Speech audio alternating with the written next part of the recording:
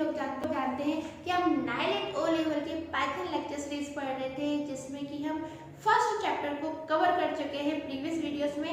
यदि आपने previous videos नहीं देखे हैं तो उनको जरूर देखिएगा और उसमें आप बेसिक कंसेप्ट जरूर क्लियर करिएगा। ठीक है, अब हम ओ लेवल का कोर्स जो कि नाइलेट के अकॉर्डिंग है उसमें आगे बढ़ते हैं और अब हम आप पहुंचे हैं सेकंड चैप्टर में। ओके, सेकंड चैप्टर में चालू करने से पहले मैं आपको एक और जरूरी चीज बता देना चाहती हूँ कि देखिए फर्स्ट यूनिट जो थी उसमें आपकी एक चीज नहीं मैंने अभी पढ़ाई है जो कि है एरर्स। ठीक है, एरर्स हम पढ़ेंगे प्रैक्टिकली। थ्योरी इतने अच्छे से जहाँ तक मैंने अंदाज लगाया कि थ्योरी आप लोगों को उतने अच्छे से नहीं समझ में आएगी जितने अच्छे से आपको प्रैक्टिकल के दौरान एरर्स को समझ में आएगी। यानी एरर्स किस तरीके से फाइंड आउट की जाती है, एरर्स को समझना आपको प्रैक्टिकली बहुत सरल पड़ेगा। इसलिए उन एरर्स को हम थ्योरी ना पढ़ते हुए प्रैक्टिकली थर्ड चैप्टर में पढ़ेंगे। ओके फ्रेंड्स, तो हम शुरू करते हैं अपना सेकंड चैप्टर और सेकंड चैप्टर में एल्गोरिथम एंड फ्लो चार्ट्स। ठीक है, तो चलिए आइए शुरू करते हैं algorithm and flow charts. Okay, तो हम सेकंड चैप्टर शुरू करने जा रहे हैं। सेकंड चैप्टर बेसिकली एक शुरुआत है श्री गणेश है आपकी प्रोग्रामिंग का, यानी आप जो कंप्यूटर पे प्रोग्राम बनाएंगे, जो प्रोग्राम डेवलप करेंगे, यानी आप जो सॉफ्टवेयर डेवलप करेंगे उसके लिए शुरुआत की जाती है फ्लो चार्ट एंड एल्गोरिथम से। ठीक है, तो वो फ्लो चार्ट एंड एल्गोरिथम का जो पूरा कंसेप्ट है वो आता है आपका सेकंड चैप्टर में। ठीक है, तो सबसे पहले तो हम ये सीख लेते हैं फ्लो चार्ट और एल्गोरिथम में आगे जाने से पहले कि हम जो प्रोग्रामिंग करने जा रहे हैं उसका बेसिक क्या है। सबसे पहले हमें प्रोग्रामिंग में क्या करना होगा। ठीक है, तो हम यहाँ से अब शुरू करते हैं अपने प्रैक्टिकल का श्री गणेश। ठीक है, सेकंड चैप्टर में। ओके, तो सबसे पहले आप कुछ नियम होते हैं प्रोग्राम बनाने के। नियम कह लें तो यहाँ ये कह लीजिए कि नियम ना होते हुए कह लीजिए कि प्रोटोकॉल्स होते हैं। प्रोटोकॉल का अर्थ क्या होता है? सेट ऑफ रूल, यानी नियमों के समूह को हम क्या बोलते हैं? प्रोटोकॉल बोलते हैं। ठीक है, कंप्यूटर लैंग्वेज में। तो आप जो प्रोग्राम बनाने जाएंगे, जो सॉफ्टवेयर बनाने जा रहे हैं, उस सॉफ्टवेयर को बनाने के लिए प्रोटोकॉल फॉलो करना होता है। यानी कई सारे सेट ऑफ रूल्स होते हैं, नियम होते हैं, उनका पालन करना होता है। उन नियमों का पालन करते हुए ही आप एक प्रॉपर और अच्छा प्रोग्राम बना सकते हैं। ठीक है, अब वो नियम क्या है चलिए हम डिस्कस करते हैं। बेसिकली आप जो सॉफ्टवेयर बनाने जा रहे हो वास्तव में बनाने जा रहे हैं किसी ना किसी प्रकार की प्रॉब्लम को सॉल्व करने के लिए। यदि कोई प्रॉब्लम ही नहीं होगी, कोई दिक्कत ही नहीं आएगी तो कोई आपका सॉफ्टवेयर क्यों लेगा। फॉर एग्जाम्पल आपने जैसे व्हाट्सएप किसी ने बनाया एप्लीकेशन सॉफ्टवेयर बनाया तो उसने पहले क्या आइडेंटिफाई किया होगा? प्रॉब्लम आइडेंटिफाई की होगी कि लोग किस तरीके से अपनी बातें एक दूसरे से प्रॉपर तरीके से शेयर कर सके, किस तरीके से एक दूसरे को अपनी इमेज भेज सके, किस तरीके से मेरा ये सॉफ्टवेयर है, ये प्रोडक्ट है, ये बहुत ज्यादा पॉपुलर हो जाएगा। तो सबसे पहले जिसने भी व्हाट्सएप बनाया होगा उसने प्रॉब्लम आइडेंटिफाई की होगी। ठीक है, यानी उसने क्या किया होगा? प्रॉब्लम पहले आइडेंटिफाई की होगी, फिर उस प्रॉब्लम को सॉल्व करने के लिए सॉफ्टवेयर बनाया होगा। फाइन, तो सॉफ्टवेयर बनाने की जो प्रोसेस है, जो भी प्रोटोकॉल फॉलो होते हैं या जो भी नियमों का समूह पालन होता है उसको हम क्या बोलते हैं? Procedure for problem solving. ठीक है, यानी प्रॉब्लम सॉल्व करने के लिए, कोई भी सॉफ्टवेयर डेवलप करने के लिए हमको क्या क्या प्रोसीजर फॉलो करना होता है। फाइन, ठीक है, तो प्रोसीजर ऑफ प्रॉब्लम सॉल्विंग यानी प्रॉब्लम सॉल्व करने का जो प्रोसीजर है उसके लिए सबसे पहली स्टेप होती है अंडरस्टैंड द प्रॉब्लम।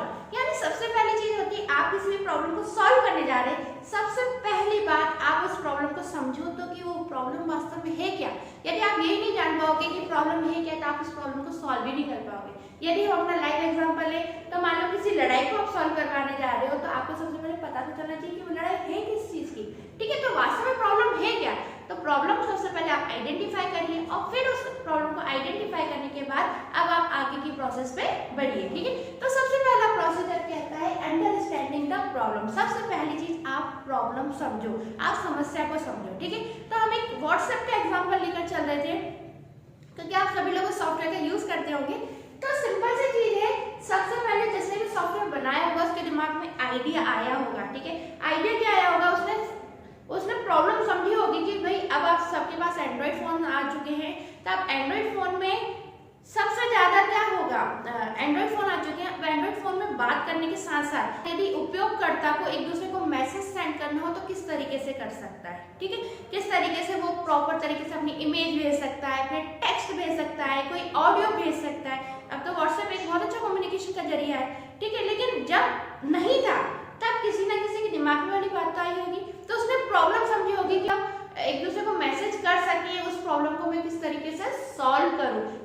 कम्युनिकेशन है वो और अच्छे से हो जाए और प्रॉपर हो जाए, ठीक है, टेक्स्ट के द्वारा लोग कम्युनिकेशन कर सके। तो इस प्रॉब्लम को जो भी सॉफ्टवेयर डेवलपर है उसने समझा, मतलब प्रॉब्लम समझने के तरीके से आप ये भी ले सकते हैं कि किस चीज की रिक्वायरमेंट है, ठीक है। रिक्वायरमेंट तभी आती है जब कोई ना कोई प्रॉब्लम हम फेस कर रहे होते हैं कि हमको कोई ना कोई अपने से बढ़कर सुविधा चाहिए होती है, ठीक है। तो फेस करना, फाइंड आउट करना कि बेसिकली अभी करेंटली प्रॉब्लम क्या है, सिचुएशन क्या है, ठीक है। अंडरस्टैंडिंग द प्रॉब्लम अंडरस्टैंड हो जाने के बाद अब आते हैं हम सेकंड पॉइंट पर, ठीक है। अब सेकंड प्रोसेस बोलती है design the problem and make declaration. अब क्या करिए, जब आपने प्रॉब्लम समझ ली है, आपको समझ में आ गया है कि वास्तव में आप कौन सी प्रॉब्लम सॉल्व करने के लिए, या कि कह लीजिए कि किस चीज के लिए आप सॉफ्टवेयर बनाने जा रहे हैं, ठीक है। प्रॉब्लम का मतलब यही नहीं होता कि कोई बहुत प्रॉब्लम आ रही है, यूजर फेस कर रहा है, हर चीज में इससे मतलब नहीं होता। प्रॉब्लम से मतलब आपको क्या क्या सुविधाएं और प्रदान कर सकते हैं आप सॉफ्टवेयर लाइन में, ठीक है। कहाँ कहाँ व्यक्ति फेस करते हैं चैलेंजेस, जो पीपल्स होते हैं वो कहाँ कहाँ प्रॉब्लम फेस करते हैं, वहाँ पे आप क्या क्या चीजें अच्छे से अच्छा सॉफ्टवेयर बनाकर उनको दे सकते हैं, जिससे कि वो लोग आपका सॉफ्टवेयर यूज करें, ठीक है। तो ऐसे कई सारी चीजें होती हैं। तो हम एक व्हाट्सएप का एग्जांपल लेकर चल रहे हैं, ठीक है। व्हाट्सएप जिसने भी डेवलप किया होगा तो सबसे पहले क्या सोचा होगा कि लोग बाग अपनी जो कन्वर्सेशन है वो प्रॉपर नहीं कर पा रहे हैं, ठीक है। ये कन्वर्सेशन करने में, यानी वीडियो चैटिंग कन्वर्सेशन करने में उनको प्रॉब्लम आती है, ठीक है। तो टेक्स्ट मैसेज एक दूसरे को नहीं भेज पाते हैं, वो एक दूसरे को कोई पिक्चर, कोई वीडियो अच्छे से नहीं भेज पाते। तो उस प्रॉब्लम को फाइंड आउट किया किसने, व्हाट्सएप डेवलपर ने, ठीक है, ठीक है। प्रॉब्लम फाइंड आउट करने के बाद अब क्या किया, उस प्रॉब्लम को किस तरीके से सॉल्व करेगा उसको डिजाइन करना शुरू किया। इसी को हमने क्या बोला, डिजाइन द प्रॉब्लम, यानी जो भी प्रॉब्लम है पहले तो उसको डिजाइन किया कि चैटिंग नहीं कर पाते हैं, ठीक है। तो लोग चैटिंग किस तरीके से कर सकते हैं, इसके लिए मैं उनको क्या क्या सुविधा प्रदान कर सकता हूँ, यानी अपना जो सॉफ्टवेयर बनाने जा रहा हूँ मैं, वो सॉफ्टवेयर किस तरीके से बनाएंगे हम लोग, ठीक है। ये व्हाट्सएप वाले ने, जो भी डेवलपर उसने तय किया होगा। तो उसने सबसे पहले प्रॉब्लम फाइंड आउट करी कि मुझे चैटिंग के लिए एक सॉफ्टवेयर बनाना है जो लोगों का काम इजी करवाए। सेकेंड स्टेप में आके उसने क्या किया, उस प्रॉब्लम को डिजाइन किया, यानी फाइंड आउट करे वेज कि किस तरीके से वो इस प्रॉब्लम को सॉल्व कर सकता है, यानी किस तरीके से सॉफ्टवेयर को डेवलप करेगा कि लोग बागों के लिए वो सॉफ्टवेयर इजी हो जाएगा, ठीक है। तो उस प्रॉब्लम को उसने क्या किया, उस प्रॉब्लम के जो सॉल्यूशन है उसको डिजाइन करना शुरू करा, ठीक है। तो अब जब डिजाइन करना शुरू करते हैं तो आप भी जानते होंगे, हम कोई चीज बनाते हैं, कोई चीज खरीदते हैं, तो उसकी एक दिमाग में हमारे में पिक्चर बनती है, तभी हम उस चीज को क्या कर पाते हैं, बना पाते हैं, फिजिकली बना पाते हैं। एक वर्चुअल इमेज हमारे माइंड में जरूर बनती है। जैसे कि आपने एक छोटा सा एग्जांपल लिया होगा कि आप जैसे कोई दर्जी के पास जाते हैं कपड़े सिलवाने, कपड़े बनवाने, तो एक इमेज तो बनती है ना वर्चुअली दिमाग में कि हमको ये कपड़ा किस तरीके से सिलवाना है, ठीक है। वो दर्जी भी आपसे पूछता है किस तरीके से सिल के देना है, तो आप जो जो चीजें बताते हो उस चीज को वो क्या करता है, अपने माइंड में सेट करता है, ठीक है। तो पहले जब, और वो दर्जी जब बनाने जाएगा तो माइंड में पिक्चर सेट करेगा कि उस कपड़े को यूजर की रिक्वायरमेंट के हिसाब से किस तरीके से बनाए, ठीक है। डायरेक्ट थोड़ी ना बनाने लगता होगा मशीन पे, कुछ ना कुछ तो उसके दिमाग में सेट होती होगी। आप भी कोई भी काम करने चाहते हो तो उस काम को करने के लिए कोई ना कोई पिक्चर तो आपके माइंड में सेट होती होगी। यही चीज होती है प्रॉब्लम को सॉल्व करने का तरीका, यानी प्रॉब्लम को डिजाइन करने का तरीका, जो कि हमारे माइंड में आता है, ठीक है। तो जो व्हाट्सएप डेवलपर है उसने क्या किया, प्रॉब्लम को आइडेंटिफाई करने के बाद किस तरीके से उस प्रॉब्लम को, यानी उस सॉफ्टवेयर को डेवलप करेगा, वो चीज उसने एक डिजाइन की, किस पे, पेपर पे डिजाइन की, ठीक है। यानी पेपर में वो सारी स्टेप लिखी कि किस तरीके से मैं अपने यूजर की प्रॉब्लम्स को सॉल्व कर सकता हूँ, ठीक है। तो जब उसने डिजाइन किया होगा तब उसने डिजाइन किया होगा कि सबसे पहले तो क्या होना चाहिए, मेरा एक व्हाट्सएप का आइकन होना चाहिए जो कि यूनिक पहचान बनाए, लोगों को समझ में आ जाए किस तरीके से व्हाट्सएप होगा, ठीक है। फिर अब जब हम व्हाट्सएप बनाने जा रहे हैं तो फिर क्या होगा, कन्वर्सेशन होगा कि यहाँ पे रिसीवर जो भी सेंडर होगा उसका मैसेज यहाँ पे होगा, रिसीवर का मैसेज यहाँ पर होगा, ठीक है। अब यूजर को कैसे पता चलेगा, यानी भेजने वाले को कैसे पता चलेगा कि रिसीवर के पास मैसेज पहुंच गया है, तो उसने फाइंड आउट किया होगा कि यहाँ पे एक राइट का निशान आ जाए। तो इस तरीके से उसने दिमाग में कहीं ना कहीं ये सारी चीजें पहले तय की होंगी, उसी के बाद उसने सॉफ्टवेयर बनाया होगा, डायरेक्ट सॉफ्टवेयर नहीं बनाया होगा, फाइन। तो जो भी आप प्रॉब्लम सॉल्व करने जा रहे हैं, जिसके चीज के लिए आप सॉफ्टवेयर बनाने जा रहे हैं, सबसे पहली चीज आपको क्या करना है, प्रॉब्लम को समझना है। सेकंड चीज, आप उस प्रॉब्लम को डिजाइन करना है कि किस प्रकार आप उस प्रॉब्लम को सॉल्व कर सकते हैं। उसके लिए आपको कुछ डिजाइन करना, वो डिजाइन किस पे करते हैं, पेपर पे करते हैं, ठीक है। अब इस डिजाइन को करने के लिए यूज किया जाता है एल्गोरिथम एंड फ्लोचार्ट, ठीक है। तो इसको यूज करने के लिए यानी प्रॉब्लम को डिजाइन करने के लिए, कॉपी पे डिजाइन करने के लिए यूज किया जाता है एल्गोरिथम का और फ्लोचार्ट का। तो एल्गोरिथम फ्लोचार्ट डिजाइन करने से उसको आइडिया लग जाता है कि उसको किस प्रकार से कोडिंग करनी है अपने प्रोग्राम में, यानी अपने सॉफ्टवेयर को बनाने के लिए किस तरीके से कोडिंग करनी है, ठीक है। अब सॉफ्टवेयर के लिए बनाने के लिए कुछ कोडिंग करनी है, तो कोडिंग के लिए उसको कुछ ना कुछ तो चाहिए, प्लेटफॉर्म चाहिए जिसके ऊपर वो कोड लिखेगा। कंप्यूटर आप सभी जानते हो कि कंप्यूटर अकेला तो कुछ भी नहीं है, कंप्यूटर पे कोई भी कार्य को करने के लिए कोई ना कोई सॉफ्टवेयर चाहिए। तो जैसे आप पाइथन लैंग्वेज पढ़ रहे हैं, आप पाइथन में प्रोग्राम करेंगे तो उसके लिए आपको पाइथन का सॉफ्टवेयर चाहिए, यानी पाइथन का एक कंपाइलर चाहिए जिसके ऊपर आप उस कोड को लिखेंगे। सेम उस तरीके से आपके पास नोटपैड होता है, आप नोटपैड पे कोड को लिखा होगा, आपने नोटपैड पे कई चीजें लिखी होंगी। यदि आपको कोई डॉक्यूमेंट तैयार करना हुआ तो आपने MS वर्ड का यूज किया होगा। इसी प्रकार यदि आपको पाइथन की कोडिंग करनी है तो उसके लिए पाइथन सॉफ्टवेयर यानी पाइथन के कंपाइलर की आपको आवश्यकता होगी, ठीक है। तो अब जब हमने सेकेंड स्टेप में जो भी राइटर था जिसने भी सॉफ्टवेयर को डेवलप करना था, उसने जब अपनी कागज पे पूरी तैयारी कर ली, वर्चुअल इमेज बना ली, वर्चुअल इमेज बनाई, उस वर्चुअल इमेज को क्या करिए उसने कागज पे उतार दिया कि इस तरीके से मैं इस प्रॉब्लम को सॉल्व करना चाहता हूँ। तो जो भी उसने अब स्टेप्स लिखेंगे इस प्रॉब्लम को मैं इस तरीके से सॉल्व करूंगा, वो स्टेप्स अब बारी आती है इसमें कंप्यूटर पे नोट करने की, यानी कोड करने की। जो भी स्टेप्स ने फ्लोचार्ट और एल्गोरिथम में तैयार किए हैं वो ठीक, उन स्टेप्स को अब कोडिंग के द्वारा वो कंप्यूटर पर लेकर आएगा और कंप्यूटर के द्वारा सॉफ्टवेयर का निर्माण करना शुरू करेगा, ठीक है। तो थर्ड पॉइंट क्या कहता है, राइट द कोड। हम जब वर्चुअल पेपर के ऊपर वर्चुअल दिमाग में इमेज बनाने के बाद और कॉपी में उतारने के बाद अब बारी आती है कि हम अब उस कोड को अंजाम दें और कंप्यूटर में उस कोडिंग को करना शुरू करें। ओके, तो थर्ड पॉइंट में आपने क्या देखा, आप क्या करेंगे, कोड लिखेंगे, ठीक है। और कोड किस में लिखेंगे, पाइथन सॉफ्टवेयर में, पाइथन सॉफ्टवेयर में। और यानी पाइथन कंपाइलर जो कि आपको सुविधा देता है कि आप इसमें अपना कोड लिख सकते हैं। हम आज तो फोर्थ पॉइंट पर है, लेकिन फोर्थ पॉइंट पे आने के लिए, कंपाइल करने के लिए मैं आपको थर्ड पॉइंट थोड़ा सा डीप में समझाती हूँ क्योंकि इससे ये लिंक हो जाएगा अब, ठीक है। तो जो आप पाइथन सॉफ्टवेयर पे कोड लिखोगे, आपको मैं बता चुकी हूँ पाइथन कैसी लैंग्वेज है, जो पाइथन है वो आपकी high level language, okay. Python कौन सी आपकी हाई लेवल लैंग्वेज। अब आप सभी जानते हो, आपको जो मैं बता चुकी हूँ कि हाई लेवल लैंग्वेज में क्या सुविधा हमको मिली है कि हम अपनी खुद की और जिसमें जो कि यूजर बहुत अच्छे से समझ पाता है इंग्लिश वर्ड्स का हम यूज कर सकते हैं ना। मैंने आपको एक एग्जांपल भी दिए थे पुराने वीडियो में कि हम लोग इस तरीके से प्रिंट एफ का डायरेक्ट यूज कर सकते हैं। हम डायरेक्ट बोल सकते हैं कि तुम 2+3 को कर दो, इस तरीके से हम डायरेक्ट बोल सकते हैं कंप्यूटर पे। और कंप्यूटर हमने जो भी बोला है प्रिंट एफ के द्वारा वो 2+3 यानी इसको 5 सॉल्व करके हमको आंसर दे देगा।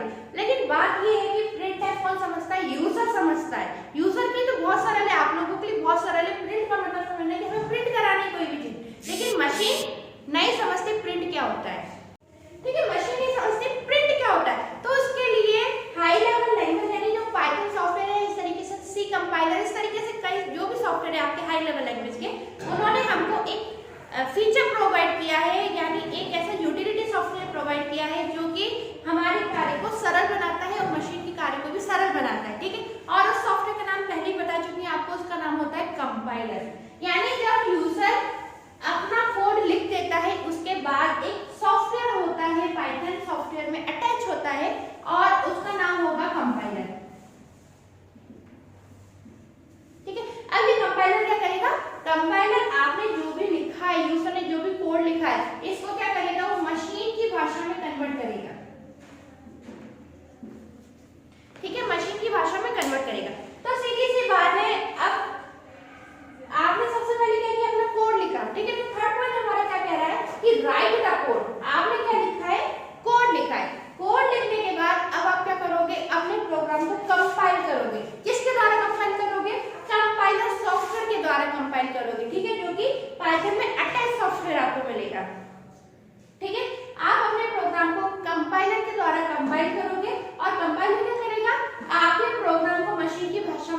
देगा। प्लस अगर आपने अपने कोडिंग में कोई गलती लिखी है तो उस गलती को भी आपको बताएगा कि आपने अपने प्रोग्राम में ये गलती लिखी है, इस गलती को आप सुधार लीजिए, ठीक है। क्योंकि जब तक आप सही प्रोग्राम नहीं लिखोगे आपका सॉफ्टवेयर नहीं बनेगा, ठीक है। तो आपके प्रोग्राम की गलती को सुधारता है कंपाइलर, और साथ में आपके द्वारा लिखे हुए कोड को मशीन की भाषा में, आप सभी लोग जानते हो मशीन क्या समझती है, आपकी बाइनरी लैंग्वेज, आपके द्वारा लिखे हुए कोड को इस तरीके से बाइनरी लैंग्वेज में कन्वर्ट कर देगा कंपाइलर, ठीक है। तो अब प्रोग्राम ने उसको कंपाइल कर लिया, अब कंपाइल हो गया, प्रोग्राम मशीन की भाषा में बदल चुका है। अब क्या होगा, अब सीधी सी बात है, जो प्रोग्राम मशीन की भाषा में बदल चुका है यानी अब ये रेडी हो गया प्रोसेस होने के लिए, और प्रोसेस होने के लिए जो आपका प्रोसेसर है उसके पास जाएगा, यानी जो प्रोसेसर है सीपीयू उस प्रोग्राम को क्या कर रहा है, जो भी आपने प्रोग्राम दिया इस पे वर्कआउट कर रहा है, इस प्रोग्राम को चला रहा है, जो भी आपने कोडिंग लिखी इस कोडिंग को अपने वो दिमाग के अंदर, कंप्यूटर के अंदर जो मेमोरी है उस मेमोरी के अंदर आपका लिखा हुआ कोड वर्क कर रहा है। क्योंकि देखिए कोई भी कार्य तभी पॉसिबल है जब आप उसको अपने दिमाग से चलाओगे। जैसे कि किसी ने आपसे बोला कि 2 और 3 को जोड़ो, तो 2 और 3 को आप एकदम से मुंह से थोड़ी ना 5 ही बोल दोगे, यानी किसी ने आपसे कहा 2 और 3 को जोड़ना है तो 2 और 3 आपके दिमाग में कहीं ना कहीं स्टोर होगा, उसकी प्रोसेसिंग होगी 2 + 3, और आपके दिमाग में कहीं ना कहीं 5 स्टोर होगा, तब जाके आप आउटपुट दे पाओगे 5। तो ऐसे ही जो भी प्रोग्रामर है उसने अपनी कोडिंग करी, ठीक है, इस कोडिंग को उसने कंपाइल करने के बाद कहाँ पहुंचाएगा, वो मेमोरी के अंदर पहुंचाएगा, ताकि इस प्रोग्राम को प्रोसेसर है वो इस प्रॉब्लम को क्या कर सके, प्रोसेस कर सके, नहीं इस प्रॉब्लम को सॉल्व कर सके। सॉल्व करना, प्रॉब्लम को प्रोसेस करना कहलाता है प्रोग्राम को रन करना, इसको हम प्रोग्रामिंग भाषा में क्या कहते हैं, प्रोग्राम को रन करना, ठीक है। तो प्रोग्राम कंपाइल होने के बाद नेक्स्ट स्टेप में जाएगा, आपको अपने प्रोग्राम को कराना होगा रन,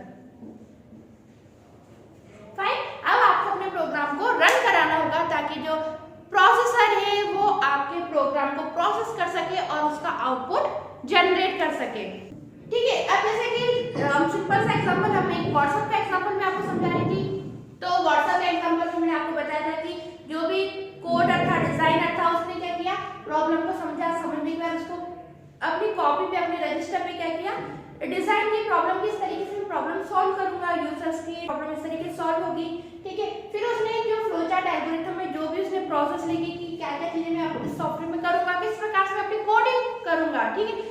वो कॉपी में लिखने के बाद उसने कोड लिखा, कोड लिखेगा वो हाई लेवल लैंग्वेज में, क्योंकि आज के जमाने का प्रोग्रामर है, और आज के जमाने का प्रोग्रामर जिसको इतनी सुविधा है कि हाई लेवल लैंग्वेज में, यानी आप कुछ ऑल लैंग्वेज को आप समझ सकते हो, उस भाषा में अपने प्रोग्राम को लिखो। कंप्यूटर ने जो सुविधा दे दी है, तो अननेसेसरी मशीन की भाषा में तो लिखेगा नहीं, ठीक है।